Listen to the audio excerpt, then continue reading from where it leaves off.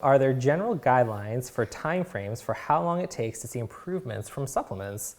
Casey, are you in the crowd? No. Okay. Someone raise their hand and pretend like you're Casey. There's a gift card. I feel like we've been kind of leading up to this all night.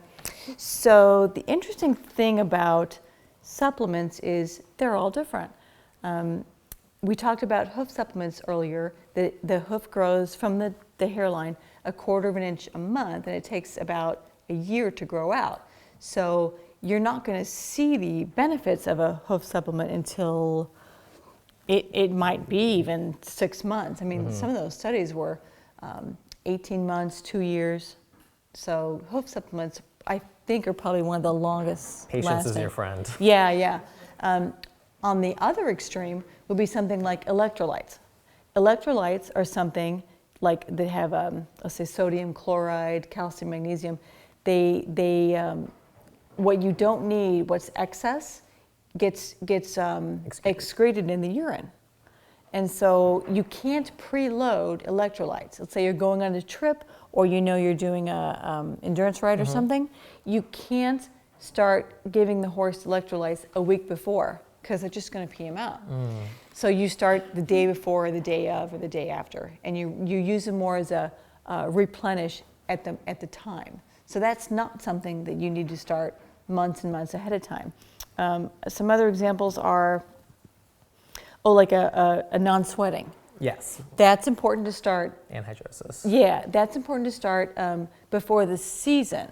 So it's not just that you need to start it a month or two ahead of time, but it needs to be a month or two ahead of time, ahead of when this horse is going to start sweating. So there's variability in how long they take to work, and variability on the time of year that's best to add them into the mix. To your point, so like with anhidrosis, if you're all of a sudden get into summer and you realize your horse isn't sweating, and then you start a supplement, it's going to take a couple months maybe to see that kind of. It may not ever work with anhidrosis. That's a really tricky one. And they say there's really good instructions on that label, and it says when you start this, maybe ease off on the workload of your horse so that you don't cause them to sweat, and let the ingredients build up in the horse so that when the horse does need to sweat, he's ready, he's prepared. So in that case, if you like, I forgot to put this in my horse's SmartPak and I'm like a month late, then you're going to need to back off the exercise and let that supplement work. Weight gain is one. So when I was in the horse I see instant rescue results business, on that one. That's that Twinkie diet.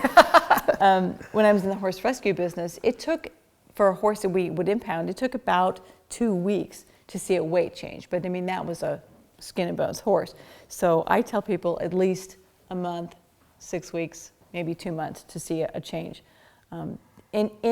If I had to make a general statement, I would say result in 4 to 6 weeks, but give it 2 months to be absolutely sure that it is or is not working.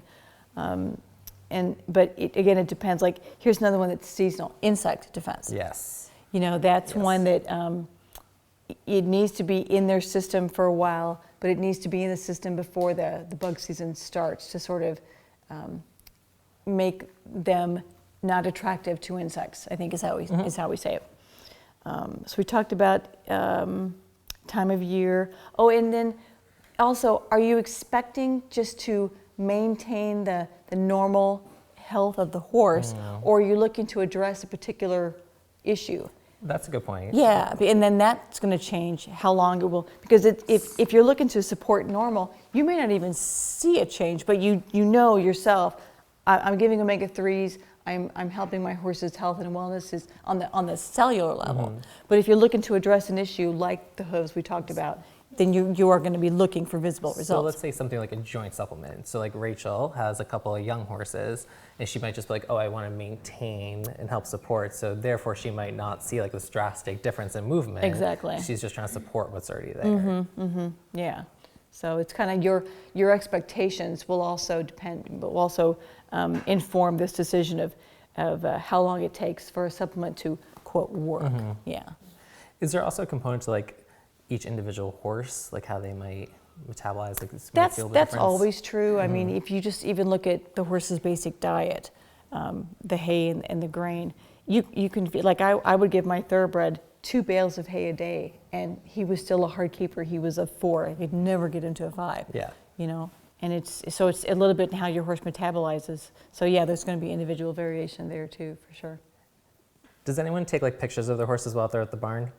Something I do like for weight gain is like I'll take a picture like day 1 and then like a month later take a picture, see if we're seeing results or if I need to switch to something else or address another issue. That's a good idea. And then I do a body condition score. That's another way to do it. You could do that, or Also, you can I also just- use a weight tape. Yes, those Yeah. are also very good help. Yeah. So Pictures are cute from them.